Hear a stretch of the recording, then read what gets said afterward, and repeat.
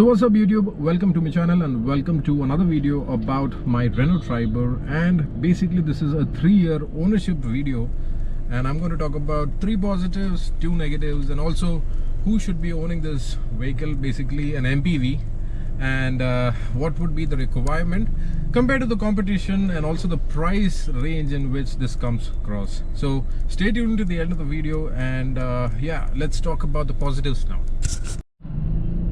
So the first positive certainly will be the convenience and also the space that this the Triber offers. So from a convenience point of view, this is an automatic, so yes, so the automatic variant, and this one also has both automatic variant and also a manual version. So when you are in drive mode, you can also move to manual and do the gear shiftings up and down, so that is a good thing, or leave it in completely D mode and that'll take the gearbox takes care of everything. So that is the first thing from a convenience point of view. And also from space, as you can see, this is a proper 6-feeder, and this one can seat 6 people in comfort, and with, when I mean 6 adults in comfort.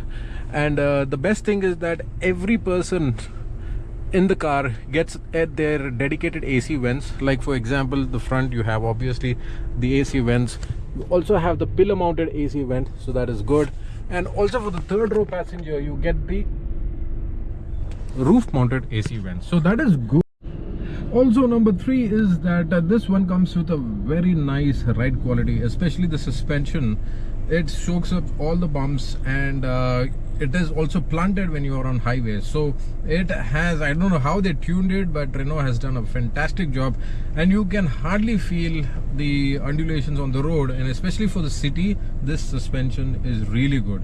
And also adding to the space is that this one has a lot of space for your knickknacks and also a lot of cubby holes. Like for example, you have a dual glove box, so this one, it's a glove box. You also have another glove box at the bottom, so basically a good storage space. You also have a center console which has a chilling unit, so basically you can chill your beverages, and also that is a good thing. The main glove box also is a cold unit, so that also is basically chilling your beverages. You also have 1 liter bottle holders for all doors, all 4 doors. So from a storage point of view, right, it has all the necessary bits from a storage point of view. Coming to the second point, and that is the most important point, and that would be the price. So when I picked it up 3 years back, and that was this was coming, and this is the automatic top end variant, it was coming around like 8.5 lakhs. And with that price, right, there is no other vehicle which had so many features. Like number 1, it had an automatic gearbox. Number 2 is that it had 6 seating configuration, and number 3 is that this one is built on a very good platform which has easily around the most safest car you can say in this price range, and it comes with 4-star rating. So that also is a good thing. No other vehicle in this price range and with such a capacity has a 4-star rating. Like for example, Kia Carens, it is such a big car and so costly car. It also is not a 4-star rated car. It is, I believe, is 3-star rated car. So likewise, the Marutis and all, they are a 0 stars, so you cannot rely on them. The only thing probably comes closer, but not in the MPV segment, is the Tatas, like the Altros and all.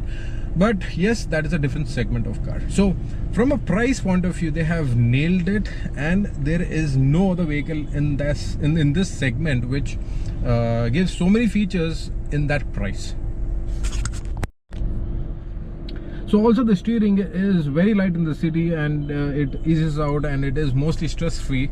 But on the highways, I don't know, somehow it again is it firms up, and it gives a very nice experience. So basically the suspension, the steering, and the ride quality is really top notch. And this is a big car, and even though it is a big car, there is no wobble, there is no there's no feeling that the car can tilt or can flip or topple. So that is something which the credit goes to the suspension, and they have nailed it. So that is something which I like about this car. And it also has this raised ground clearance, and I believe it is 181 mm. So with that you can be confident that you can also take it to little bit of rough patches. It's still not an off-roader, but little bit of rough patches that it can handle. And the suspension duty is really done so well that you can take that and you cannot feel anything in the cabin.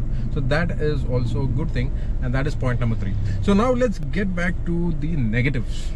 This one would certainly be the engine and the power, or should I say the lack of it. This is a 1000cc car, and yeah, the power is not much. The bhp is roughly around 70, and the amount of torque that it generates, it is good. It will help you with most of your city runabouts, but where you lack is mostly on when you have a full load. Like for example, you have full grown-up adults, 6 people sitting in this car, and you are in a hilly area.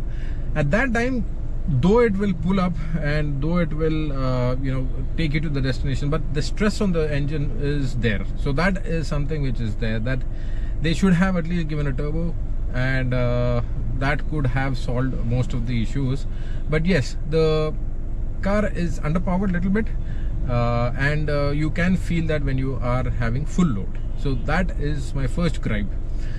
And also because it is underpowered, it needs to keep revving, and thereby it also eats up into your mileage, and that is also something where most of them, they complain that the Triber doesn't give a good mileage. And the reason for that is because that yes, it has an underpowered engine, and this engine is doing a lot of duties.